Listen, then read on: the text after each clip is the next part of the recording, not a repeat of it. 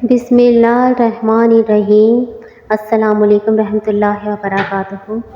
ہمارے پیارے نبی پاک صلی اللہ علیہ وآلہ وسلم کا بڑا معجزہ قرآن مجید ہے کہ تقریباً 1400 سال سے زیادہ عرصہ گزر گیا، لیکن آج تک عربی زبان کے بڑے سے بڑے عالم بھی قرآن مجید کی چھوٹی سے چھوٹی سورت کے مثل بھی نہ بنا سکے اور نہ قیامت تک بنا سکیں گے۔ دوسرا معجزہ حضرت محمد صلی اللہ علیہ وآلہ وسلم کا معراج شریف ہے۔ اللہ تعالیٰ کے حکم سے حضور انور صلی اللہ علیہ وآلہ وسلم رات کو جاگنے کی حالت میں براق پر سوار ہو کر مکہ معظمہ سے بیت المقدس تک اور وہاں سے 7ویں آسمانوں پر اور پھر جہاں تک خدا تعالیٰ کو منظور تھا وہاں تک تشریف لے گئے۔ اسی رات میں جنت اور دوزخ کی سیر کی اور پھر اپنے مقام پر واپس آ گئے۔ اسی کو معراج کہتے ہیں۔ دوستو، اگر ویڈیو پسند آ رہی تو لائک اور سبسکرائب کر دیں۔ تیسرا معجزہ شق القمر ہے۔ شق القمر سے مراد یہ ہے کہ ایک رات کفار مکہ نے حضور صلی اللہ علیہ وآلہ وسلم سے کہا کہ ہمیں کوئی معجزہ دکھائیں، تو آپ صلی اللہ علیہ وآلہ وسلم نے چاند کے 2 ٹکڑے کر دیے اور سب حاضرین نے دونوں ٹکڑے دیکھ لیے۔ پھر وہ دونوں ٹکڑے آپس میں مل گئے اور جیسا چاند تھا ویسا ہی ہو گیا۔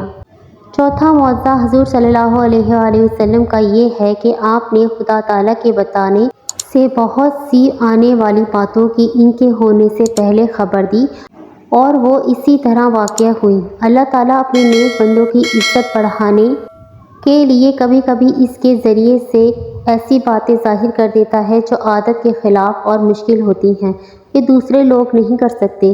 ان باتوں کو کرامات کہتے ہیں۔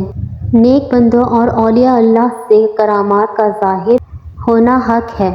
پانچواں معجزہ حضور صلی اللہ علیہ وآلہ وسلم کا یہ ہے کہ حضور صلی اللہ علیہ وآلہ وسلم کی دعا کی برکت سے 1-2 آدمیوں کا کھانا سینکڑوں آدمیوں نے پیٹ بھر کر کھا لیا۔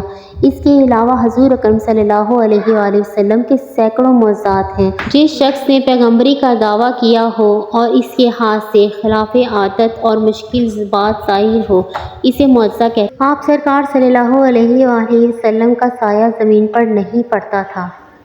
آپ صلی اللہ علیہ وآلہ وسلم پر کبھی مکھی نہیں بیٹھی۔ آپ صلی اللہ علیہ وآلہ وسلم کو کبھی جمائی نہیں آئی۔ آپ صلی اللہ علیہ وآلہ وسلم جیسے آگے دیکھتے تھے ویسے ہی پیچھے دیکھتے تھے۔ آپ صلی اللہ علیہ وآلہ وسلم جس جانور پر سوار ہوتے وہ کبھی نہ بھٹکا نہ بھاگا۔ آپ سرکار صلی اللہ علیہ وآلہ وسلم کے پسینے میں خوشبو آتی تھی۔ آپ صلی اللہ علیہ وآلہ وسلم جس پانی میں اپنا لعاب تن ڈالتے تھے وہ میٹھا ہو جاتا تھا۔ آپ صلی اللہ علیہ وآلہ وسلم کو پہاڑوں اور درختوں سے سلام کی آوازیں آتی تھیں۔ سبحان اللہ۔ دوستو، پلیز سبسکرائب مائی چینل۔